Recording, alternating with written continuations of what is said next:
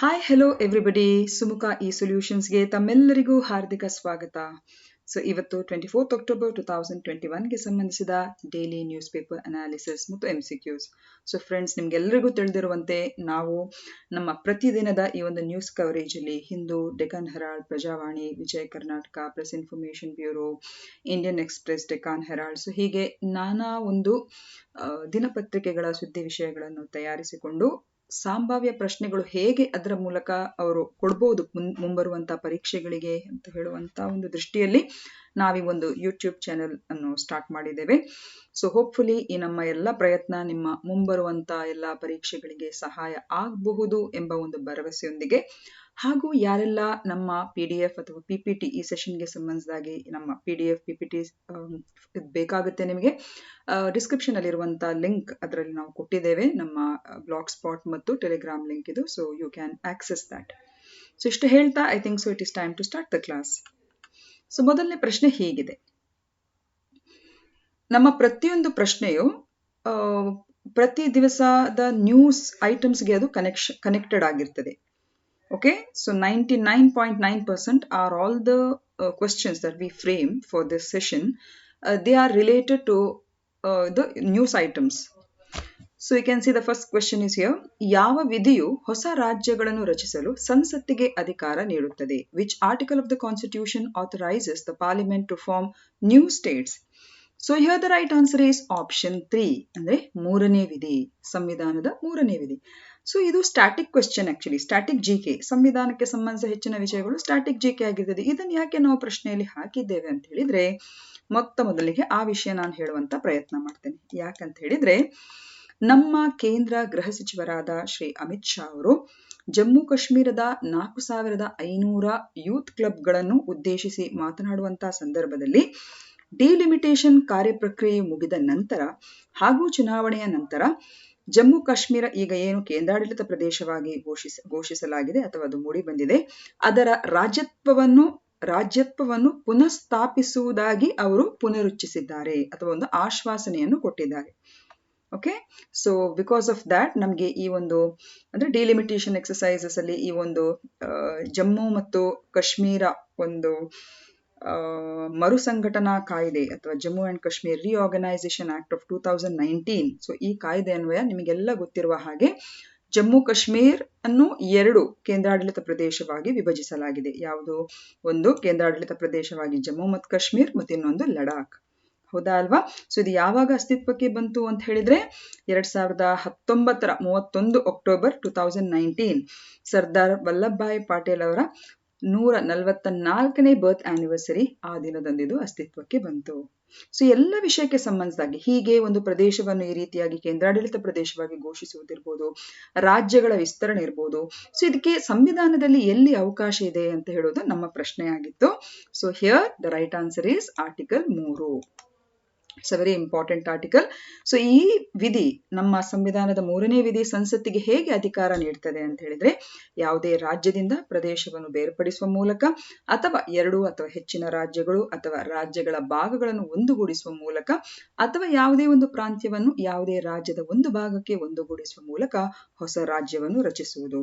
ಅದಲ್ಲದೆ ಯಾವುದೇ ರಾಜ್ಯದ ಪ್ರದೇಶವನ್ನು ಹೆಚ್ಚಿಸುವಂಥದ್ದು ಅಥವಾ ಯಾವುದೇ ರಾಜ್ಯದ ಪ್ರದೇಶವನ್ನು ಕಡಿಮೆಗೊಳಿಸುವಂಥದ್ದಿರ್ಬೋದು, ಹಾಗೇನೆ ಯಾವುದೇ ರಾಜ್ಯದ ಗಡಿಗಳನ್ನು ಬದಲಾಯಿಸುವಂಥದ್ದಿರ್ಬೋದು, ಹಾಗೂ ಯಾವುದೇ ರಾಜ್ಯದ ಹೆಸರನ್ನು ಕೂಡ ಬದಲಾಯಿಸುವಂಥದ್ದು. ಎಲ್ಲ ಅವಕಾಶಗಳು ನಮಗೆ ಆರ್ಟಿಕಲ್ 3, ಸಂವಿಧಾನದ ಆರ್ಟಿಕಲ್ 3 ಇದಕ್ಕೆ ಸಂಬಂಧಿಸಿದ್ದು. ಓಕೆ, ನಾವು ಎರಡನೇ ಪ್ರಶ್ನೆ, ಅ very important question. Kittur Karnataka ಪ್ರದೇಶ ಎಷ್ಟು ಜಿಲ್ಲೆಗಳನ್ನು ಒಳಗೊಂಡಿರ್ತದೆ? The Kittur Karnataka region will comprise of how many districts ಅಂತ ಇದೆ. Here the right answer is option C, 6 ಜಿಲ್ಲೆಗಳನ್ನು ಒಳಗೊಂಡಿರ್ತದೆ. ಈ ಪ್ರಶ್ನೆ ಯಾಕೆ ಬಂತು ಅಂತ ಹೇಳಿದ್ರೆ, ಮುಂಬೈ ಕರ್ನಾಟಕ ಪ್ರದೇಶವನ್ನು ಕಿತ್ತೂರು ಕರ್ನಾಟಕ ಎಂದು ನಾಮಕರಣ ಮಾಡಬೇಕು ಎನ್ನುವ ಮಹತ್ವದ ತೀರ್ಮಾನವನ್ನು ಮುಂದಿನ ಸಚಿವ ಸಂಪುಟ ಸಭೆಯಲ್ಲಿ ತೆಗೆದುಕೊಳ್ಳಲಾಗುವುದು ಎಂದು ಮುಖ್ಯಮಂತ್ರಿ ಬಸವರಾಜ ಬೊಮ್ಮಾಯಿ ಅವರು ಘೋಷಿಸಿದ್ರು. ಓಕೆ, ಅವರು ಯಾವಾಗ ಈ ಅನೌನ್ಸ್ಮೆಂಟ್ ಅನ್ನು ಮಾಡಿದ್ರು ಅಂತ ಹೇಳಿದ್ರೆ, ಕಿತ್ತೂರು ಉತ್ಸವ 2021 ಅನ್ನು ಅವರು ಉದ್ಘಾಟಿಸಿ ಈ ಒಂದು ಹೇಳಿಕೆಯನ್ನು ಅವರು ಘೋಷಿಸಿದ್ರು. ಹಾಗಿದ್ರೆ ಈ ಒಂದು ಕಿತ್ತೂರು ಕರ್ನಾಟಕ ಅಂತ ಹೇಳುವಂತ ಈ ಒಂದು ಪ್ರದೇಶದಲ್ಲಿ ಅಥವಾ ಈ ಭಾಗದಲ್ಲಿ ಯಾವೆಲ್ಲ 6 ಜಿಲ್ಲೆಗಳು ಪ್ರಮುಖವಾಗಿ ಕಾಣ್ತದೆ ಅಂತ ಹೇಳಿದ್ರೆ, ಒಂದು ಬೆಳಗಾವಿ, ಹಾವೇರಿ, ಗದಗ್, ಧಾರವಾಡ, ಬಾಗಲಕೋಟ್ ಅಂಡ್ ವಿಜಯಪುರ. ಅದೇ ರೀತಿ ನಮ್ಮ Hyderabad Karnataka region earlier it comprises of 7 districts. Kalyana Karnataka ಅಂತ ಹೇಳಿ ಕರೆಯುವಂಥದ್ದು, ಹೌದಾ ಅಲ್ವಾ? ಅದರಲ್ಲಿ Bidar, Yadgir, Raichur, Koppal, Kalaburagi, Ballari and Vijayanagara. I hope so it is clear. So ಇದು ನಮ್ಮ ಕರ್ನಾಟಕ ರಾಜ್ಯಕ್ಕೆ ಸಂಬಂಧಿಸಿದ ವಿಷಯ ಆಗಿರುವ ಕಾರಣ ಡೆಫಿನೆಟ್ಲಿ ಇದು ಒಂದಲ್ಲ ಒಂದು ಪರೀಕ್ಷೆಯಲ್ಲಿ ಕೇಳುವಂತ ಚಾನ್ಸಸ್ಗಳು ತುಂಬಾ ಸಂಭಾವ್ಯತೆ ಇದೆ. So please keep it in mind. Yes, now the third question, a very another important question. Which film is India's official entry for the 94th Academy Awards? 94ನೇ ಅಕಾಡೆಮಿ ಪ್ರಶಸ್ತಿಗಳಿಗೆ ಭಾರತದ ಅಧಿಕೃತ ಪ್ರಸ್ತಾವನೆ ಯಾವ ಚಿತ್ರದ್ದು? ಸೊ ಅಕಾಡೆಮಿ ಅವಾರ್ಡ್ಸ್ ಅಂತ ಹೇಳಿದ್ರೆ popular ಆಗಿ ಅದು ಆಸ್ಕರ್ ಅವಾರ್ಡ್ಸ್ ಅಂತ ಹೇಳಿ ಕೂಡ ಅದನ್ನು ನಾವು ಕರಿತೇವೆ. So here the right answer is option C, Koozhangal ಅಂತ ಹೇಳುವಂತ ಮೂವಿ ಅಥವಾ ಚಲನಚಿತ್ರ, ತಮಿಳ್ ಮೂವಿ ಕೂಸಂಗಳ್. ಸೊ ಇದು ಕೂಡ ಪ್ರಚಲಿತ ವಿದ್ಯಮಾನಕ್ಕೆ ಸಂಬಂಧಿಸಿದ್ದು. In the news we see that the Tamil drama Koozhangal ಅಂತ ಹೇಳಿದ್ರೆ ಪೆಬಲ್ಸ್, ಮಣಚುಕಳ್ಳುಗಳು ಅಂತ ಹೇಳ್ತಾರಲ್ಲ, ಪೆಬಲ್ಸ್ ಅಂತ ಹೇಳಿಬಿಟ್ಟು. So it was directed by film maker Vinoth Raj PS and this movie has been selected as India's official entry for the 94th Academy Awards. So ಈ ಒಂದು ಕೂಸಂಗಳ್ ಅಂತ ಹೇಳುವಂತ ಈ ತಮಿಳ್ ಚಲನಚಿತ್ರ ಏನಿದೆ, ಇದು ನಮ್ಮ ಆಸ್ಕರ್ ಪ್ರಶಸ್ತಿಗೆ ಅಥವಾ ಅಕಾಡೆಮಿ ಅವಾರ್ಡ್ಸ್ ಅಂತ ಹೇಳಿದನ್ನು ಕೂಡ ಕರೀತಾರೆ. ಇದಕ್ಕೆ ಭಾರತದಿಂದ ಇದು ಅಫಿಷಿಯಲ್ ಆಗಿ ಇದು ಇದಾಗಿದೆ, ಆಯ್ಕೆಗೊಂಡಿದೆ. ಅಂದ್ರೆ ಭಾರತದ ಒಂದು ರೀತಿಯ ಆಯ್ಕೆಯ ಅನುಸಾರವಾಗಿ ಇದು ನಮ್ಮ ಭಾರತದ ಜ್ಯೂರಿ ಏನಿದೆ ಈ ಮೂವಿಯನ್ನು ಆಯ್ಕೆ ಮಾಡಿದ್ದಾರೆ, ಯಾವುದಕ್ಕೆ? ಆಸ್ಕರ್ಗೆ ಸಂಬಂಧಿಸಿದಾಗಿ. ಸೊ ಈ ಅಕಾಡೆಮಿ ಅವಾರ್ಡ್ಸ್ ಬಗ್ಗೆ ಸ್ವಲ್ಪ ವಿಷಯವನ್ನು ತಿಳ್ಕೊಳ್ಳುವಂತ ಪ್ರಯತ್ನ ಮಾಡುವ. ಸೊ ಈ ಅಕಾಡೆಮಿ ಅವಾರ್ಡ್ಸ್ ಅನ್ನು ಪಾಪ್ಯುಲರ್ ಆಗಿ ಆಸ್ಕರ್ ಪ್ರಶಸ್ತಿಗಳು ಅಂತ ಕರೀತಾರೆ. ಸೊ ನಮ್ಮ ಚಲನಚಿತ್ರ ರಂಗಕ್ಕೆ ಸಂಬಂಧಿಸಿದ ಬಹಳಷ್ಟು ಕಲಾತ್ಮಕವಾದಂತ ಟೆಕ್ನಿಕಲ್ ಆಸ್ಪೆಕ್ಟ್ಸ್ಗಳಲ್ಲಿ ಇಂತಹ ಒಂದು ಕ್ಯಾಟಗರಿಯಲ್ಲಿ ಸರಿಸುಮಾರು 24 ಬೇರೆ ಬೇರೆ ವಿಭಾಗಗಳಲ್ಲಿ ಈ ಪ್ರಶಸ್ತಿಯನ್ನು ಅವರು ಕೊಡ್ತಾರೆ. ಈ ಪ್ರಶಸ್ತಿಯನ್ನು academy of motion picture arts and science ಅಂತ ಹೇಳುವಂತಹ ಒಂದು ಸಂಸ್ಥೆ ಅದನ್ನು 1929ರಿಂದ ಇದನ್ನು ಕೊಡ್ತಾ ಬರ್ತಾ ಇದೆ. ಹಾಗೂ ಭಾರತಕ್ಕೆ ಸಂಬಂಧಿಸಿದಾಗೆ ಪ್ರಥಮ ಈ ಒಂದು ಅಕಾಡೆಮಿ ಅವಾರ್ಡ್ಸ್ ಅಥವಾ ಆಸ್ಕರ್ ಪ್ರಶಸ್ತಿ ಸಿಕ್ಕಿರುವಂತ ಒಬ್ಬ ಭಾರತೀಯ ಯಾರು ಅಂತ ಹೇಳಿದ್ರೆ ಅದು ಭಾನು ಅಥಯ್ಯ. ಅವರೊಬ್ರು ಮಹಿಳೆ. ರೀಸೆಂಟ್ಲಿ ಅವರು ಎಕ್ಸ್ಪೈರ್ ಆದ್ರು, ಇತ್ತೀಚೆಗೆ ಅವರು ನಿಧನಗೊಂಡ್ರು, ಬಹುಶಃ ಕಳೆದ ವರ್ಷ ಇರಬೇಕು. ಸೊ ಭಾನು ಅಥಯ್ಯ ಅಂತ ಹೇಳುವಂತವರು ಇವರು ಪ್ರಪ್ರಥಮ ಭಾರತೀಯರು ಅಕಾಡೆಮಿ ಅವಾರ್ಡ್ ಅಥವಾ ಆಸ್ಕರ್ ಪ್ರಶಸ್ತಿ ಪಡ್ಕೊಳ್ಳಿಕ್ಕೆ. ಸೊ ಇವರಿಗೆ ಯಾವ ವಿಭಾಗದಲ್ಲಿ ಸಿಕ್ಕಿತ್ತು ಅಂತ ಹೇಳಿದ್ರೆ ಕಾಸ್ಟ್ಯೂಮ್ ಡಿಸೈನಿಂಗ್, ವಸ್ತ್ರ ವಿನ್ಯಾಸಕ್ಕೆ. ಹಾಗೂ ಯಾವ ಚಲನಚಿತ್ರ? ರಿಚರ್ಡ್ ಆಟನ್ಬರ್ಗ್ ಅವರ ಗಾಂಧಿ ಅಂತ ಹೇಳುವಂತ ಆ ಒಂದು ಮೂವಿಗೆ 1982ರ ಆ ಮೂವಿಗೆ ಈ ಒಂದು ಪ್ರಶಸ್ತಿ ಅವರಿಗೆ ಸಿಕ್ಕಿರುವಂಥದ್ದು. ಅದಾದ ನಂತರ ಸರಿಸುಮಾರು ಇಲ್ಲಿ ತನಕ 3 ಮೂವೀಸ್ಗಳಿಗೆ ಮಾತ್ರ ನಾಮಿನೇಷನ್ ಆಗಿದೆ ಆಸ್ಕರ್ ಪ್ರಶಸ್ತಿಗೆ. ಯಾವುದಂತ ಹೇಳಿದ್ರೆ ಮದರ್ ಇಂಡಿಯಾ 1958, ಸಲಾಂ ಬಾಂಬೆ 1988 ಹಾಗೂ ಲಗಾನ್ 2001ರಲ್ಲಿ. ಆಸ್ಕರ್ ಪ್ರಶಸ್ತಿ ಸಿಕ್ಕಿರುವಂತದಲ್ಲ, ಆಸ್ಕರ್ ಪ್ರಶಸ್ತಿಗೆ ಅದು ನಾಮಿನೇಟ್ ಆಗಿದೆ. ಸೊ ಫ್ರೆಂಡ್ಸ್, ನನಗೆ ಇಲ್ಲಿ ಒಂದು ನಿಮಗೆ ಇಂಪಾರ್ಟೆಂಟ್ ಆಗಿ ಹೇಳಬೇಕು ಅಂತ ಹೇಳಿದ್ರೆ ಅಫಿಷಿಯಲ್ ಎಂಟ್ರಿ ಅಂದ್ರೆ ಬೇರೆ, ನಾಮಿನೇಷನ್ ಅಂದ್ರೆ ಬೇರೆ. ಓಕೆ, ಅಫಿಷಿಯಲ್ ಎಂಟ್ರಿ ಹೇಗೆ ಅಂತ ಹೇಳಿದ್ರೆ ನಮ್ ದೇಶದ ಒಂದು ಕಮಿಟಿ, ಅರ್ಥ ಆಯ್ತಲ್ಲ, ಚಲನಚಿತ್ರಕ್ಕೆ ಸಂಬಂಧಿಸಿದ ಒಂದು ಸಮಿತಿ ಏನಿದೆ ಅದು ನಮ್ ದೇಶದ ಯಾವ್ದಾದ್ರು ಒಂದು ಮೂವಿಗಳನ್ನು ಅಥವಾ ಚಲನಚಿತ್ರಗಳನ್ನು ಆ ಒಂದು ಪ್ರಶಸ್ತಿಗೆ ಅದನ್ನು ನಿಯೋಜಿಸುವಂಥದ್ದು, ಅಂದ್ರೆ ನಾಮಿನಿ ಮಾಡುವಂಥದ್ದು. ಈ ಪ್ರಶಸ್ತಿಗಳು ಈ ಒಂದು ವಿಭಾಗಗಳಲ್ಲಿ ಪ್ರತಿನಿಧಿಸ್ತದೆ ಅಂತ ಹೇಳಿಬಿಟ್ಟು ಆ ವಿಭಾಗಗಳಿಗೆ ಆಯ್ಕೆ ಮಾಡಿಕೊಳ್ಳುವಂಥದ್ದು. ಸೊ ಅದಕ್ಕೆ ಅಫಿಷಿಯಲ್ ಎಂಟ್ರಿ ಅಂತ ಹೇಳುವಂಥದ್ದು. I hope so you are getting. So ಈ ನಮ್ಮ ಕೂಸಂಗಳ್ ಅಂತ ಹೇಳುವಂಥದ್ದು ಭಾರತದ ಮೂಲಕ ಅಥವಾ ಭಾರತದ ಈ ಸಮಿತಿಯ ಮೂಲಕ ಆ ಒಂದು ಆ ಪ್ರಶಸ್ತಿಗೆ ಅದು ಸಿಲೆಕ್ಟ್ ಅಥವಾ ಅಫಿಷಿಯಲ್ ಎಂಟ್ರಿಗಾಗಿ ಆಯ್ಕೆಗೊಂಡಿರುವಂಥದ್ದು. It is been selected or picked from our jury to represent in the Oscar awards. Nomination ಅಂದ್ರೆ ಹಾಗಲ್ಲ. ನಾಮಿನೇಷನ್ ಅಂತ ಹೇಳಿದ್ರೆ ಆ ಆಸ್ಕರ್ ಅವಾರ್ಡ್ಸ್ ನ ಸಮಿತಿಗೆ ಸಂಬಂಧಿಸಿದ ಸದಸ್ಯರು ಪ್ರತಿಯೊಂದು ಚಲನಚಿತ್ರವನ್ನು ಕೂಡ ಆಯ್ಕೆ ಮಾಡ್ಕೊಳ್ಳುವಂಥದ್ದು. ಆ ಒಂದು ಇದರಲ್ಲಿ ಉಂಟಲ್ಲ, ಆ ಒಂದು ಪ್ಯಾನೆಲ್ ಅಲ್ಲಿ ಆಯ್ಕೆ ಮಾಡ್ಕೊಳ್ಳುವಂಥದ್ದು, ಈ ವಿಭಾಗದಲ್ಲಿ ಈ ಮೂವಿಗೆ ಅಂತ ಹೇಳಿಬಿಟ್ಟು ನಾಮಿನೇಷನ್ ಮಾಡುವಂಥದ್ದು. ಆ ನಾಮಿನೇಷನ್ ಅಲ್ಲಿ ಮತ್ತೆ ಸಿಲೆಕ್ಷನ್ ಆಗುವಂಥದ್ದು. ಅರ್ಥ ಆಯ್ತಲ್ಲ? ಸೊ ಹಾಗಾಗಿ ಇಲ್ಲಿ ನೀವು ಸರಿಯಾಗಿ ಈಗ ನೆನ್ಪಿಟ್ಕೊಳ್ಬೇಕು. ಆಸ್ ಆಫ್ ನೌ ಕೂಸಂಗಳ್ ಅಂತ ಹೇಳಿಬಿಟ್ಟು ನಮ್ ದೇಶದಿಂದ ಅಫಿಷಿಯಲ್ ಎಂಟ್ರಿಯಾಗಿ ಈ 94th ಅಕಾಡೆಮಿ ಅವಾರ್ಡ್ಸ್ಗೆ ಅದು ಎಂಟ್ರಿ ಕೊಡ್ತಾ ಇದೆ. ಅದರ ಮುಂದಿನ ಹಂತ ಅದು ನಾಮಿನೇಷನ್ ಆಗಬೇಕು, ಪ್ರಶಸ್ತಿ ಸಿಗಬೇಕು ಅಂತ ಹೇಳಿದ್ರೆ. ಸೊ ಆ ನಾಮಿನೇಷನ್ ಮಾಡುವಂಥದ್ದು ಆ ಆಸ್ಕರ್ ಪ್ರಶಸ್ತಿ ಕಮಿಟಿಯಲ್ಲಿರುವಂಥ ಸದಸ್ಯರು ಆಯ್ಕೆ ಮಾಡ್ಕೊಳ್ಳುವಂಥದ್ದು. ಅದು ಅಲ್ಲಿ ಬೇರೆ ಯಾರದು ಹಸ್ತಕ್ಷೇಪ ಬರುವುದಿಲ್ಲ. ಸೊ ಇಲ್ಲಿ ನಾವು ನೆನ್ಪಿಟ್ಕೊಳ್ಬೇಕು, ಆಸ್ಕರ್ ಅವಾರ್ಡ್ಸ್ ಪಡೆದ ಭಾರತೀಯ ಒಬ್ಬರೇ ಈಗ ಇಲ್ಲಿ ತನಕ, that is Bhanu Athaiya. Okay, ಅದವರಿಗೆ ಕಾಸ್ಟ್ಯೂಮ್ ಡಿಸೈನಿಂಗ್ ಅಲ್ಲಿ ಸಿಕ್ಕಿರುವಂಥದ್ದು. ಇನ್ನು 3 ಚಲನಚಿತ್ರಗಳು ನಾಮಿನೇಟ್ ಆಗಿರುವಂಥದ್ದು ಯಾವುದು ಅಂತ ಹೇಳಿದ್ರೆ mother India, Salam Bombay and Lagaan. Okay, so ಇನ್ನು ಈ ಮೂವಿಗೆ ಸಂಬಂಧಿಸಿದಾಗೆ ಕೆಲವೆಲ್ಲ ಒಂದು ವಿಷಯಗಳನ್ನು ಹೇಳಿಕ್ಕೆ ಇಷ್ಟಪಡ್ತೇನೆ. ಕೂಸಂಗಳ್ ಅಂತ ಹೇಳುವಂತ ಈ ಮೂವಿ ಏನು ಅಫಿಷಿಯಲ್ ಎಂಟ್ರಿ ಕೊಡ್ತಾ ಇದೆ ಆಸ್ಕರ್ ಅವಾರ್ಡ್ಸ್ಗೆ. ಸೊ ಇದು ಒಂದು ಕುಡಿತದ ಚಟಕ್ಕೆ ಬಲಿಯಾಗಿರುವಂತ ಒಬ್ಬ ವ್ಯಕ್ತಿ ತನ್ನ ಹೆಂಡತಿಯನ್ನು ಹುಡುಕಿಕೊಂಡು ಹೋಗುವಂತ ಒಂದು ಪ್ರಸಂಗ ತನ್ನ ಮಗನ ಜೊತೆಯಲ್ಲಿ. ಸೊ ಇದರಲ್ಲಿ ನಾನು ಇದನ್ನ ಯಾಕೆ ಹಾಕಿದ್ದೇನೆ ಅಂತ ಹೇಳಿದ್ರೆ, ನೋಡಿ, ಇದರ ಡೈರೆಕ್ಟರ್ ಯಾರಂತ ಹೇಳಿದ್ರೆ it is directed by Vinod Raj. ಇದನ್ನು ಪ್ರೊಡ್ಯೂಸ್ ಮಾಡಿದವರು ಯಾರು ಅಂತ ಹೇಳಿದ್ರೆ ನಿಮ್ಗೆಲ್ಲವರ ಹೆಸರು ಗೊತ್ತಿರಬಹುದು, ವಿಘ್ನೇಶ್ ಶಿವನ್ ಮತ್ತು ನಯನ್ತಾರಾ ಫಿಲ್ಮ್ ಆಕ್ಟ್ರೆಸ್ ಬಗ್ಗೆ ನೀವೆಲ್ಲ ಕೇಳಿರ್ಬೋದು. So this couple is actually producing the movie. Okay, that's all. ಇದು ಕನ್ನಡದಲ್ಲೇ ಇರುವಂತದ್ದು. ಈಗ 4ನೇ ಪ್ರಶ್ನೆ, ಪರೋಪಕಾರಿ ಎಂದು ಕರೆಯಲ್ಪಡುವಂತ ಒಸ್ಮಾನ್ ಕವಾಲಾ ಅವರನ್ನು ಬಿಡುಗಡೆ ಮಾಡಲು ಕರೆ ನೀಡಿದ ಪಾಶ್ಚಿಮಾತ್ಯ ದೇಶಗಳ 10 ರಾಯಭಾರಿಗಳನ್ನು ಯಾವ ದೇಶವು ಹೊರಹಾಕಿದೆ? Which country has expelled 10 ambassadors of the Western countries, calling for the release of the philanthropist Osman Kavala? So here the right answer is Turkey. Okay, so ಏನಿದು ಟರ್ಕಿಯಲ್ಲಿ ಏನ್ ನಡೀತಾ ಇದೆ ನಮ್ಗೆ ಗೊತ್ತಿರಬೇಕು ಡೆಫಿನೆಟ್ ಆಗಿ. ಸೊ ಟರ್ಕಿಯಲ್ಲಿ ಇದು ಏನ್ ಮಾಡಿದೆ ಈ ದೇಶ ಅಂತ ಹೇಳಿದ್ರೆ, ಸರಿಸುಮಾರು 10 ಪಾಶ್ಚಾತ್ಯ ದೇಶಗಳ ರಾಯಭಾರಿಗಳನ್ನು ತಮ್ಮ ದೇಶದಿಂದ ಅದು ಹೊರ ಹಾಕಿದೆ, ಅಂದ್ರೆ ಎಕ್ಸ್ಪೆಲ್ ಮಾಡಿದೆ. ನೀವು ಹೋಗಿ ನಿಮ್ ದೇಶಕ್ಕೆ ಅಂತ ಹೇಳಿಬಿಟ್ಟು. ಸೊ ಯಾವೆಲ್ಲ ದೇಶಗಳದು? Canada, Denmark, France, Germany, Netherlands, Norway, Sweden, Finland, New Zealand and US. So ಅಮೆರಿಕವನ್ನು ಕೂಡ ಇನ್ಕ್ಲೂಡ್ ಮಾಡಿ ನ್ಯೂಜಿಲೆಂಡ್ ಮತ್ತು ಐರೋಪ್ಯ ರಾಷ್ಟ್ರದ ಕೆಲವು ದೇಶಗಳು ಮತ್ತು ಕ್ಯಾನಡಾ. ಸೊ ಸರಿಸುಮಾರು 10 ದೇಶದ ರಾಯಭಾರಿಗಳನ್ನು ಈ ಟರ್ಕಿ ದೇಶ ಇದೆಯಲ್ಲ ಅದು ಎಕ್ಸ್ಪೆಲ್ ಮಾಡಿದೆ. ಎಕ್ಸ್ಪೆಲ್ ಅಂತ ಹೇಳಿದ್ರೆ ನೀವು ಹೋಗಿ ನಿಮ್ ದೇಶಕ್ಕೆ ವಾಪಸ್ ಅಂತ ಹೇಳಿಬಿಟ್ಟು. ಸೊ ಇದು ಯಾಕೆ ಈ ರೀತಿಯಾಗಿ ಟರ್ಕಿ ಈ ರೀತಿ ಮಾಡಿದೆ ಅಂತ ಹೇಳಿದ್ರೆ, ಪರೋಪಕಾರಿ ಅಂತ ಕರೆಸ್ಕೊಳ್ಳುವಂತ, ಅಂದ್ರೆ ಅಂತಾರಾಷ್ಟ್ರೀಯ ಮಟ್ಟದಲ್ಲಿ is a philanthropist, is an activist Osman Kavala ಅಂತ ಹೇಳಿಬಿಟ್ಟು ಇವರು ಟರ್ಕಿ ಅವರೇ.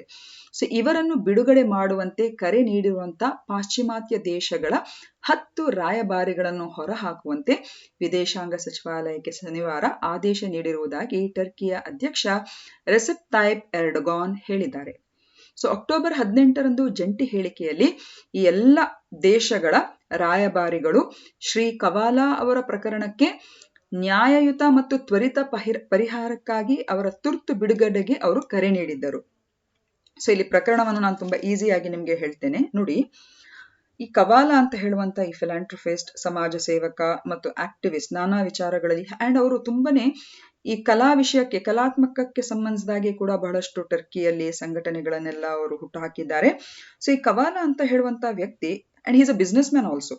ಸೊ 2013ರಲ್ಲಿ ರಾಷ್ಟ್ರವ್ಯಾಪಿ ಗೆಜೆ ಪಾರ್ಕ್ ಪ್ರತಿಭಟನೆಗೆ ಹಣಕಾಸಿನ ನೆರವು ನೀಡಿದ್ದಾರೆ ಅಂತ ಹೇಳುವಂತ ಒಂದು ಆರೋಪದಲ್ಲಿ ಮತ್ತು 2016ರಲ್ಲಿ ನಡೆದಂತ ದಂಗೆಯ ಯತ್ನದಲ್ಲಿ ಭಾಗಿಯಾಗಿರುವಂತ ಆರೋಪದಲ್ಲಿ ಈ ಮಿಸ್ಟರ್ ಕವಾಲಾ ಅಂತ ಹೇಳುವಂತ ಈ ವ್ಯಕ್ತಿಯನ್ನು ಟರ್ಕಿಯಲ್ಲಿ ಬಂಧನದಲ್ಲಿ ಇರಿಸಿದ್ದಾರೆ. ಓಕೆ, ಹಾಗಾಗಿ ಈ ಮಿಸ್ಟರ್ ಕವಾಲಾ ಈಸ್ ಇನ್ನೋಸೆಂಟ್. ಹಾಗಾಗಿ ನೀವು ಈ ದೇಶದಲ್ಲಿ ನೀವು ಈ ರೀತಿ ಮಾಡುವುದು ತಪ್ಪು ಅಂತ ಹೇಳಿಬಿಟ್ಟು ಈ 10 ದೇಶಗಳ ರಾಯಭಾರಿಗಳು ಅಥವಾ 10 ದೇಶಗಳು ಟರ್ಕಿ ಮೇಲೆ ಒತ್ತಡ ಹಾಕ್ತಾ ಇದೆ. ನೀವು ಅವರನ್ನು ಆದಷ್ಟು ಬೇಗ ಶೀಘ್ರವಾಗಿ ಅವರು 4 ವರ್ಷದಿಂದ ಅವರು ಜೈಲಲ್ಲಿದ್ದಾರೆ. ಸೊ ಆದಷ್ಟು ಬೇಗ ಅವರ ಅಮಾಯಕರು, ನೀವು ಅವರನ್ನು ಆದಷ್ಟು ಬೇಗ ನಿಮ್ಮ ದೇಶದಿಂದ ಅವರ ಬಂಧನದಿಂದ ಮುಕ್ತಿ ಮಾಡಬೇಕು ಅಂತ ಹೇಳಿ ತುರ್ತು ಬಿಡುಗಡೆಗೆ ಅವರು ಕರೆ ನೀಡಿದ್ದಾರೆ. ಸೊ ಇದರಿಂದ ಕಸಿವಿಸಿಗೊಂಡಂತ ಟರ್ಕಿ ಸರ್ಕಾರ ಇದು ನಿಮ್ಮ ವಿಷಯ ಅಲ್ಲ, ಇದು ನಮ್ಮ ದೇಶ ಹಾಗೂ ನಮ್ಮ ನ್ಯಾಯಾಂಗ ವ್ಯವಸ್ಥೆಗೆ ಸಂಬಂಧಿಸಿದ ವಿಷಯ ಅಂತ ಹೇಳಿಬಿಟ್ಟು ಈ 10 ದೇಶಗಳ ರಾಯಭಾರಿಗಳು, ಯಾವ ದೇಶಗಳು ಈ ಟರ್ಕಿ ದೇಶದ ಮೇಲೆ ಒತ್ತಡ ಹಾಕ್ತಾ ಇದೆಯಲ್ಲ ಆ 10 ದೇಶಗಳ ರಾಯಭಾರಿಗಳನ್ನು ಅವರು ಎಕ್ಸ್ಪೆಲ್ ಮಾಡಿದ್ದಾರೆ. ಓಕೆ, ಸೊ ಇದಿಷ್ಟೊಂದು ಅಂತಾರಾಷ್ಟ್ರೀಯ ಮಟ್ಟಕ್ಕೆ ಸಂಬಂಧಿಸಿದ ಒಂದು ವಿಚಾರ. ಸೊ ಇಲ್ಲಿ ನಿಮ್ಗೆ ಒಂದು ಗೊತ್ತಿರಬೇಕು, ಈ ಒಸ್ಮಾನ್ ಕವಾಲಾ ಅಂತ ಹೇಳೋರು ಯಾವ ದೇಶಕ್ಕೆ, ಹಿ ಬಿಲಾಂಗ್ಸ್ ಟು ಟರ್ಕಿ. 5ನೇ ಪ್ರಶ್ನೆ, ಯಾವ ಒಪೆಕ್ ದೇಶವು 2020 ವೇಳೆಗೆ ನಿವ್ವಳ ಶೂನ್ಯ ಹಸಿರುಮನೆ ಅನಿಲ ಹೊರಸೂಸುವಿಕೆಯನ್ನು ತಲುಪುವ ಗುರಿಯನ್ನು ಹೊಂದಿದೆ ಎಂದು ಘೋಷಿಸಿದೆ? Which OPEC country has announced that it aims to reach net zero greenhouse gas emissions by 2060? So here the right answer is Saudi Arabia. So ಇಲ್ಲಿ ಫಸ್ಟ್ ಹೆಚ್ಚಿನವರಿಗೆ ಗೊತ್ತಿಲ್ಲದವ್ರು ಅನ್ಸ್ಕೊಬಹುದು ಇದು ಒಪೆಕ್ ಅಂದ್ರೆ ಏನು ಅಂತ ಹೇಳಿಬಿಟ್ಟು. ನ್ಯಾಚುರಲಿ ಒಪೆಕ್ ಅಂತ ಹೇಳಿದ್ರೆ organisation of the petroleum exporting countries. Okay, ಇಲ್ಲಿ ನಾವು ನೋಡಬಹುದು ಪೆಟ್ರೋಲಿಯಂ ರಫ್ತು ಮಾಡುವ ದೇಶಗಳ ಸಂಘಟನೆ ಒಪೆಕ್ ಅಂತ ಹೇಳಿಬಿಟ್ಟು. ಸೊ ಈ ಪ್ರಶ್ನೆ ಯಾಕೆ ಈಗ ನ್ಯೂಸ್ ಅಲ್ಲಿ ಬಂದಿದೆ ಅಂತ ಹೇಳಿದ್ರೆ, ವಿಶ್ವದ ಬಹಳಷ್ಟು ದೊಡ್ಡ ತೈಲ ನಿಕ್ಷೇಪವನ್ನು ಹೊಂದಿರುವಂತಹ ಸೌದಿ ಅರೇಬಿಯಾ ಶನಿವಾರ ಒಂದು ಘೋಷಣೆಯನ್ನು ಮಾಡ್ತದೆ. ಏನು ಅಂತ ಹೇಳಿದ್ರೆ, ಈ ಹಸಿರುಮನೆ ಅನಿಲಗಳಿಗೆ ಸಂಬಂಧಿಸಿದ ಎಮಿಷನ್ಸ್ ಗಳನ್ನು ಹೊರಸೂಸುವಿಕೆಯನ್ನು ನಾವು 2060 ಒಳಗೆ ನೆಟ್ ಝೀರೋ ಎಂಬ ಪರಿಕಲ್ಪನೆಗೆ ಅನುಗುಣವಾಗಿ ನಾವು ಅದನ್ನು ಸ್ಟಾಪ್ ಮಾಡ್ತೇವೆ, ಅದನ್ನು ಹಾಲ್ಟಿಗೆ ತರ್ತೇವೆ ಅಂತ ಹೇಳುವಂತಹ ಹೀಗೆ 100 ದೇಶಗಳು ಈ ರೀತಿಯ ಒಂದು ಅನೌನ್ಸ್ಮೆಂಟ್ ಏನ್ ಮಾಡ್ಕೊಂಡಿದ್ದಾವೆ. ಸೊ ಅದರ ಸಾಲಿಗೆ ಸೌದಿ ಅರೇಬಿಯಾ ಕೂಡ ಸೇರಿದೆ. ಸೊ ಒಟ್ಟಾರೆಯಾಗಿ ಇದೊಂದು ಜಾಗತಿಕವಾಗಿರುವಂತಹ ಒಂದು ಪ್ರಯತ್ನ. ಹವಾಮಾನ ಬದಲಾವಣೆಯನ್ನು ತಡೆಗಟ್ಟುವಲ್ಲಿ ಬಹಳಷ್ಟು ರಾಷ್ಟ್ರಗಳು ಹೀಗೆ ಮುಂಚೂಣಿಯಲ್ಲಿ ನೆಟ್ ಝೀರೋ ಪರಿಕಲ್ಪನೆಯ ಬಗ್ಗೆ ಬಹಳಷ್ಟು ಒಂದು ಆಸಕ್ತಿಯನ್ನು ತೋರಿಸ್ತಾ ಇದೆ. ಸೊ ಬೇಸಿಕ್ ಆಗಿ ಈ ಒಂದು ಹಸಿರುಮನೆ ಅನಿಲ ಪರಿಣಾಮವನ್ನು ತಗ್ಗಿಸುವ ನಿಟ್ಟಿನಲ್ಲಿ ಈ ಒಂದು ಪ್ರಯತ್ನವನ್ನು ಮಾಡ್ತಾ ಇದ್ದಾರೆ. ಸೊ ಫಸ್ಟ್ ನಾವೀಗ ಒಪೆಕ್ ಅಂದ್ರೆ ಏನಂತ ತಿಳ್ಕೊಂಡ್ಬಿಡುವ, ಆ ನಂತರ ನೆಟ್ ಝೀರೋ ಪರಿಕಲ್ಪನೆಯನ್ನು ಕೂಡ ನಾವು ತಿಳ್ಕೊಂಡ್ಬಿಡುವ. ಓಕೆ, ಸೊ ಇಲ್ಲಿ ಕನ್ನಡದಲ್ಲೇ ಇದೆ, we can understand this better. So petroleum ರಫ್ತು ಮಾಡುವ ದೇಶಗಳ ಸಂಘಟನೆ ಒಪೆಕ್ ಅಂತ ಹೇಳುವಂಥದ್ದು. ಸೊ ಇದೊಂದು ಶಾಶ್ವತ ಅಂತರ್ ಸರ್ಕಾರಿ ಸಂಘಟನೆ ಆಗಿದ್ದು 1960ರಲ್ಲಿ ಬಗ್ದಾದ್ ಸಮ್ಮೇಳನದಲ್ಲಿ Iran, Iraq, Kuwait, Saudi Arabia ಮತ್ತು ವೆನೆಜುವೆಲಾದಿಂದ ರಚಿಸಲಾಯಿತು. ಸೊ ಫಸ್ಟ್ ಅಂಡ್ ಫಾರ್ಮೋಸ್ಟ್ 1960ಯಲ್ಲಿ ಒಪೆಕ್ ನ ಸ್ಥಾಪನೆ ಆದಂತ ಸಂದರ್ಭದಲ್ಲಿ ಕೇವಲ 5 ರಾಷ್ಟ್ರಗಳ ಒಂದು ಸದಸ್ಯತ್ವದಲ್ಲಿ ಅದು ರಚನೆ ಆಯಿತು.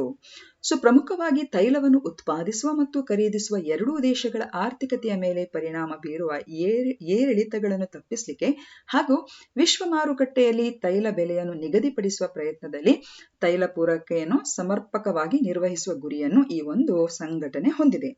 ಸೊ ಈ ಒಪೆಕ್ ಇದೆಯಲ್ಲ, ಇದರ ಪ್ರಧಾನ ಕಚೇರಿ ಇರುವಂತದ್ದು ಆಸ್ಟ್ರಿಯಾದ ವಿಯನ್ನಾದಲ್ಲಿ. ಓಕೆ, ಈಗ ಸ್ಟಾರ್ಟ್ ಆಗುವಾಗ ಕೇವಲ 5 ದೇಶಗಳ ಒಂದು ಒಡಂಬಡಿಕೆಯಲ್ಲಿ ಅದು ಸ್ಟಾರ್ಟ್ ಆದ್ರೂ ಕೂಡ ಆಸ್ ಆಫ್ ನೌ ಈ ಒಂದು ಸಂಘಟನೆಯಲ್ಲಿ 13 ಸದಸ್ಯ ರಾಷ್ಟ್ರಗಳು ಒಳಗೊಂಡಿವೆ. ಸೊ ಯಾವೆಲ್ಲ ಅಂತ ಹೇಳಿದ್ರೆ Iran, Iraq, Kuwait, UAE, United Arab Emirates, Saudi Arabia, Algeria, Libya, Nigeria, Gabon, Equatorial Guinea, Republic of Congo, Angola ಮತ್ತು Venezuela. Okay, so this is about OPEC. So ಇಲ್ಲಿ ಸೌದಿ ಅರೇಬಿಯಾ ಈ ಒಪೆಕ್ ಇದು ಒಂದು ಸದಸ್ಯ ಕೂಡ ಹೌದು, ಹಾಗೂ ಇತ್ತೀಚೆಗೆ ಈ ಒಪೆಕ್ ದೇಶಗಳ ಪೈಕಿಯಲ್ಲಿ ಸೌದಿ ಅರೇಬಿಯಾ ನಾವು 2060ರಲ್ಲಿ net zero greenhouse gas emissions ಅನ್ನು ನಾವು ರೀಚ್ ಮಾಡ್ತೇವೆ ಅಂತ ಹೇಳ್ತಾ ಇದ್ದಾರೆ. ಹಾಗಿದ್ರೆ ಈ ಒಂದು net zero greenhouse gas emissions ಅಂದ್ರೆ ಏನು? ನಿವ್ವಳ ಶೂನ್ಯ ಹೊರಸೂಸುವಿಕೆ ಎಂದರೆ ಮಾನವ ನಿರ್ಮಿತ ಹಸಿರು ಮನೆ ಅನಿಲ ಹೊರಸೂಸುವಿಕೆಯನ್ನು ಕಡಿಮೆಗೊಳಿಸುವಂತಹ ಒಂದು ಪ್ರಯತ್ನ. ಇದರಿಂದಾಗಿ ಹಸಿರುಮನೆ ಪರಿಣಾಮಕ್ಕೆ ಕಾರಣವಾಗುವಂತಹ ಅನಿಲಗಳಾದ ಅದು ಕಾರ್ಬನ್ ಡೈಆಕ್ಸೈಡ್ ಇರ್ಬೋದು, ಮೀಥೇನ್ ಇರ್ಬೋದು, ನೈಟ್ರಸ್ ಆಕ್ಸೈಡ್ ಇರ್ಬೋದು, ಫ್ಲೋರಿನೇಟೆಡ್ ಗ್ಯಾಸಸ್ಗಳಿರ್ಬೋದು. ಸೊ ಎಲ್ಲ ನಮ್ಮ ಮಾನವ ಚಟುವಟಿಕೆಗಳಿಂದ ಏನು ಈ ಅನಿಲಗಳೆಲ್ಲ ನಮ್ಮ ವಾತಾವರಣವನ್ನು ಕಲುಷಿತಗೊಳಿಸಿ ಜಾಗತಿಕವಾದ ತಾಪಮಾನವನ್ನು ಹೆಚ್ಚಿಸುವಿಕೆಯಲ್ಲಿ ಇದು ಒಂದು ಕಾರಣೀಭೂತವಾಗಿದೆ. ಸೊ ಇಂತಹ ಇದಕ್ಕೆ ಹಸಿರುಮನೆ ಅನಿಲಗಳು ಅಂತ ಹೇಳುವಂಥದ್ದು. ಸೊ ಇಂತಹ ಹಸಿರುಮನೆ ಅನಿಲ ಹೊರಸೂಸುವಿಕೆಯನ್ನು ಕಡಿಮೆಗೊಳಿಸುವ ಮೂಲಕ ಭೂಮಿಯ ನಿವ್ವಳ ಹವಾಮಾನ ಸಮತೋಲನವನ್ನು ಕಡಿಮೆ ಮಾಡುವುದು ಇದರ ಉದ್ದೇಶ. ಸೊ ಸೌದಿ ಅರೇಬಿಯಾ ಈ net zero greenhouse gas emissions ಅನ್ನು ನಾವು 2060ರಲ್ಲಿ ನಾವು ಅದನ್ನು ಕೈ ಜೋಡಿಸಿ ಅಥವಾ ಅದಕ್ಕೆ ರೀಚ್ ಆಗ್ತೇವೆ, ಅದನ್ನು ಸಮತೋಲನದಲ್ಲಿ ತರ್ತೇವೆ ಅಂತ ಹೇಳುವಂಥದ್ದು ಅದು ಘೋಷಣೆ ಮಾಡಿರುವಂಥದ್ದು. ಈಗ 6ನೇ ಪ್ರಶ್ನೆ, ಕೆಳಗಿನ ಯಾವ ಪಡೆ ಅಕ್ಟೋಬರ್ 24, 2021 ರಂದು ತನ್ನ 60ನೇ ಸಂಸ್ಥಾಪನಾ ದಿನ ಅಥವಾ ರಚನೆಯ ದಿನವನ್ನು ಆಚರಿಸಿತು? So here the right answer is option B, that is ITBP ಅಥವಾ Indo Tibetan border police force ಅಂತ ಈ ಒಂದು ಪಡೆಯ ಹೆಸರು. ಸೊ ಇದು ಯಾಕೆ ಬಂತು ಅಂತ ಹೇಳಿದ್ರೆ, of course prime minister Narendra Modi ಅವರು ನಮ್ಮ ಎಲ್ಲ ITBP ಅಂದ್ರೆ Indo Tibetan border police force personals ಗಳಿಗೆ ಅವರು ಗ್ರೀಟಿಂಗ್ಸ್ ಅನ್ನು ಕೊಟ್ಟಿದ್ದಾರೆ. ಯಾಕಂದ್ರೆ ಅವರ ಅಕ್ಟೋಬರ್ 24ರಂದು ಅವರ ಸಂಸ್ಥಾಪನಾ ದಿನ ಅಥವಾ ರಚನೆ ದಿನವನ್ನು ಅದು ಆಚರಿಸಿತು. ಸೊ ಹಾಗಾಗಿ ಅವರಿಗೆಲ್ಲ ಅವರು ಹೊಸ ವಿಷಸ್ಗಳನ್ನು ಅವರು ತಿಳಿಸಿದ್ದಾರೆ. ಸೊ ಬೇಸಿಕ್ ಆಗಿ ಈ ITBPF ಅಂತ ಅಥವಾ Indo Tibetan border police force ಇದೆಯಲ್ಲ, ಇದು ಭಾರತ ಸರ್ಕಾರದ ಗೃಹ ವ್ಯವಹಾರಗಳ ಸಚಿವಾಲಯದ ಅಡಿಯಲ್ಲಿ ಇದು ಕಾರ್ಯನಿರ್ವಹಿಸುವಂತ ಕೇಂದ್ರ ಸಶಸ್ತ್ರ ಪೊಲೀಸ್ ಪಡೆ. Okay, central reserve police force. So ಇಂತಹ ಕೇಂದ್ರೀಯ ಸಶಸ್ತ್ರ ಪೊಲೀಸ್ ಪಡೆಗಳೆಂದರೆ ಇತರವೂ ಕೂಡ ಬರ್ತದೆ, like Assam rifles, BSF border security force, ಕೇಂದ್ರ ಕೈಗಾರಿಕಾ ಭದ್ರತಾ ಪಡೆ, ಕೇಂದ್ರೀಯ ಮೀಸಲು ಪೊಲೀಸ್ ಪಡೆ, ರಾಷ್ಟ್ರೀಯ ಭದ್ರತಾ ಸಿಬ್ಬಂದಿ ಮತ್ತು Sashastra Seema Bal. Okay, so ITBP ಅಥವಾ Indo Tibetan border police force ಅನ್ನು ಭಾರತ ಚೀನಾ ಯುದ್ಧದ ಸಮಯದಲ್ಲಿ 1962ರ ಅಕ್ಟೋಬರ್ 24ರಂದು ಅದನ್ನು ಹುಟ್ಟು ಹಾಕಲಾಯಿತು. ಮತ್ತು ಈ ಒಂದು ಪಡೆ ಹೆಚ್ಚಾಗಿ ಎತ್ತರದ ಕಾರ್ಯಾಚರಣೆಗಳಲ್ಲಿ ತುಂಬಾನೇ ಪರಿಣತಿ ಹೊಂದಿರುವಂತಹ ಒಂದು ಗಡಿ ಕಾವಲು ಪೊಲೀಸ್ ಪಡೆಯಾಗಿದೆ. ಅಂಡ್ ಪ್ರಸ್ತುತ ಈ ನಮ್ಮ ಇಂಡೋ ಟಿಬೇಟಿಯನ್ ಬಾರ್ಡರ್ ಪೊಲೀಸ್ ಇದೆಯಲ್ಲ, ಇವರು ಲಡಾಖ್ನ ಕಾರಕೋರಂ ಪಾಸ್ನಿಂದ ಅರುಣಾಚಲ್ ಪ್ರದೇಶದ ಜಾಜೆಪ್ಲಾವರೆಗೆ ಭಾರತ ಚೀನಾ ಗಡಿಯ ಸರಿಸುಮಾರು 3488 ಕಿಲೋಮೀಟರ್ ವ್ಯಾಪ್ತಿಯ ಗಡಿ ಕಾವಲು ಕರ್ತವ್ಯಗಳಲ್ಲಿ ಈ ಪಡೆಯನ್ನು ನಿಯೋಜಿಸಲಾಗಿದೆ. ಈಗ 7ನೇ ಪ್ರಶ್ನೆ, ತಿದ್ದುಪಡಿ ಮಾಡಿದ ತಂತ್ರಜ್ಞಾನ ಉನ್ನತೀಕರಣ ನಿಧಿ ಯೋಜನೆ ಯಾವ ವಲಯಕ್ಕೆ ಸಂಬಂಧಿಸಿದು? Amended technology upgradation fund scheme ATAFS is for which sector ಅಂತ ಇದೆ. So here the right answer is option C, that is ಜವಳಿ ವಲಯಕ್ಕೆ ಅದು ಸಂಬಂಧಿಸಿರುವಂಥದ್ದು. ಸೊ ಇಲ್ಲಿ ನಾವು ನೋಡ್ಬೋದು, ಇದು ನ್ಯೂಸ್ ಅಲ್ಲಿ ಯಾಕೆ ಬಂತು ಅಂತ ಹೇಳಿದ್ರೆ, ನಮ್ಮ ಜವಳಿ ಕೇಂದ್ರ ಸಚಿವರಾದಂತಹ ಶ್ರೀ ಪಿಯೂಷ್ ಗೋಯಲ್ ಮತ್ತು minister for state for textile Shrimati Darshana Vikram Jardosh ಇವರು ಏನ್ ಹೇಳಿದ್ದಾರೆ ಅಂತ ಹೇಳಿದ್ರೆ, amended technology upgradation fund scheme ಅಂದ್ರೆ ತಿದ್ದುಪಡಿ ಮಾಡಿದ ತಂತ್ರಜ್ಞಾನ ಉನ್ನತೀಕರಣ ನಿಧಿ ಯೋಜನೆ ಅಡಿಯಲ್ಲಿ ಇದು ಪ್ರಮುಖವಾಗಿ ಭಾರತೀಯ ಜವಳಿ ಉದ್ಯಮಕ್ಕೆ ಬಹಳಷ್ಟು ಇತರ ಒಂದು ಇಲಾಖೆಗಳ ಮತ್ತು ಜವಳಿ ಸಂಘಗಳ ಮತ್ತು ಬ್ಯಾಂಕ್ಗಳ ಒಂದು ಸಹಯೋಗದೊಂದಿಗೆ ತುಂಬಾನೇ ಒಂದು ಉತ್ತೇಜನ ಸಿಗ್ಲಿಕ್ಕಿದೆ ಅಂತ ಹೇಳಿ ತನ್ನ 5ನೇ ಇಂಟರ್ ಮಿನಿಸ್ಟ್ರಿಯಲ್ ಸ್ಟಿಯರಿಂಗ್ ಕಮಿಟಿ ಅಂದ್ರೆ ಅಂತರ್ ಸಚಿವಾಲಯದ ಒಂದು ಉಸ್ತುವಾರಿ ಸಮಿತಿಯಲ್ಲಿ ಈ ಒಂದು ಪ್ರಕಟಣೆಯಲ್ಲಿ ಅವರು ತಿಳಿಸಿದ್ದಾರೆ. ಓಕೆ, ಸೊ ಬೇಸಿಕಲಿ ಈ ಒಂದು ATAFS ಅಥವಾ amended technology upgradation fund scheme ಅಥವಾ ತಿದ್ದುಪಡಿ ಮಾಡಿದ ತಂತ್ರಜ್ಞಾನ ಉನ್ನತೀಕರಣ ನಿಧಿ ಯೋಜನೆ ಎಂಬುದನ್ನು ಜಾನ್ವರಿ 2016ರಲ್ಲಿ ಅದನ್ನು ಸ್ಟಾರ್ಟ್ ಮಾಡಿದ್ದಾರೆ, 7 ವರ್ಷದ ಒಂದು ವರೆಗೆ. ಸೊ ಮುಖ್ಯವಾಗಿ ಇದರ ಉದ್ದೇಶ ಈ ನಮ್ಮ ಜವಳಿ ಏನು ವಲಯ ಇದೆ ಅಥವಾ ಜವಳಿ ಉದ್ಯಮ ಏನಿದೆ ಅದು ಅಂತಾರಾಷ್ಟ್ರೀಯ ಮಟ್ಟದಲ್ಲಿ ಜಾಗತಿಕವಾಗಿ ಅದು ಕಾಂಪಿಟೇಟಿವ್ ಆಗಿ ಅದನ್ನು ಗ್ಯಾಲ್ವನೈಸ್ ಮಾಡಲಿಕ್ಕೆ ಅಥವಾ ಉನ್ನತ ದರ್ಜೆಗೆ ಏರಿಸಲಿಕ್ಕೆ ಒಂದು ಉದ್ದೇಶದಿಂದ ಇದನ್ನು ಮಾಡುವಂಥದ್ದು. ಓಕೆ, ಸೊ ಇದಿಷ್ಟು ಇವತ್ತಿನ ಒಂದು ವಿಚಾರಗಳು. ಸೊ ಫ್ರೆಂಡ್ಸ್, ನಿಮಗೆ ನಮ್ಮ ಚಾನೆಲ್ ಇಷ್ಟ ಆದರೆ ಖಂಡಿತ ಲೈಕ್ ಮಾಡಿ, ಶೇರ್ ಮಾಡಿ. ಯಾಕಂದರೆ ಹೆಚ್ಚಿನ ನಮ್ಮ ಸ್ಪರ್ಧಾಳುಗಳು ಇದನ್ನು ನೋಡಿದರೆ, ಹೆಚ್ಚಿನ ಸ್ಟೂಡೆಂಟ್ಸ್ಗಳು ನೋಡಿದರೆ ಡೆಫಿನೆಟ್ಲಿ ಅವರಿಗೂ ಕೂಡ ಇದರಿಂದ ಮುಂದಿನ ಪರೀಕ್ಷೆಗಳಿಗೆ ಹೆಲ್ಪ್ ಆಗ್ತದೆ. ಹಾಗೂ ಶೇರ್ ಮಾಡಿ, ಹಾಗೂ ಯಾರು ಫಸ್ಟ್ ಟೈಮ್ ನೋಡ್ತಾ ಇದ್ದೀರಾ ಖಂಡಿತವಾಗಿ ಸಬ್ಸ್ಕ್ರೈಬ್ ಮಾಡಿ. ಅದಲ್ಲದೆ ಪ್ರತಿ ತಿಂಗಳು ನಮ್ಮ ಎಲ್ಲ ಈ ಒಂದು ಪ್ರತಿದಿನ ಹಾಕುವಂತ ಈ ಒಂದು ಸುದ್ದಿ ವಿಷಯಗಳ ಒಂದು MCQs ಅನ್ನು ಕೂಡ ನಾವು ಕನ್ಸಾಲಿಡೇಟ್ ಮಾಡಿ ನಿಮಗೆ ಸುಲಭ ಸಾಧ್ಯ ಆಗ್ಲಿಕ್ಕೆ ಅದರ ಆಯ್ದ ಕೆಲವು ಪ್ರಶ್ನೆಗಳನ್ನು ನಾವು ಮಂತ್ಲಿ ಹೈಲೈಟ್ಸ್ ಅಂತ ಹಾಕೊಳ್ಳುವಂತ ಯೋಜನೆಯನ್ನು ಕೂಡ ಹಾಕಿದ್ದೇವೆ. ಸೊ ಹಾಗಾಗಿ ಅದರ ಅರ್ಥ ಡೈಲಿ ನ್ಯೂಸ್ MCQs ಅನ್ನು ಮಿಸ್ ಮಾಡಬೇಡಿ, ಅದನ್ನು ನೋಡಿ. ಯಾಕಂದ್ರೆ ಅದು ನಿಮಗೆ ರಿವಿಷನ್ ರೂಪದಲ್ಲಿ ಅದು ನಿಮಗೆ ಹೆಲ್ಪ್ ಆಗ್ತದೆ. ಓಕೆ, ಯಾಕಂದ್ರೆ ಇಲ್ಲಿ ಒಂದ್ಸಲ ತಿಳ್ಕೊಂಡು ಮತ್ತೆ ಪುನಃ ನೀವು ಮಂತ್ಲಿ ನಮ್ಮ MCQs ಅನ್ನು ಪುನಃ ರಿವಿಷನ್ ರೂಪದಲ್ಲಿ ಅದನ್ನು ಕಾಣುವಾಗ ಡೆಫಿನೆಟ್ಲಿ ಆ ಕಾನ್ಸೆಪ್ಟ್ಗಳು, ಆ ಆಸ್ಪೆಕ್ಟ್ಸ್ಗಳು ನಿಮ್ಮ ಮನಸ್ಸಿನಲ್ಲಿ ಸರಿಯಾಗಿ ಬೇರೂರಿ ನಿಲ್ತದೆ. ಸೊ ಇಷ್ಟು ಹೇಳ್ತಾ I think so it is enough for today. See you tomorrow with much more news items. Until then, take care and have a nice day.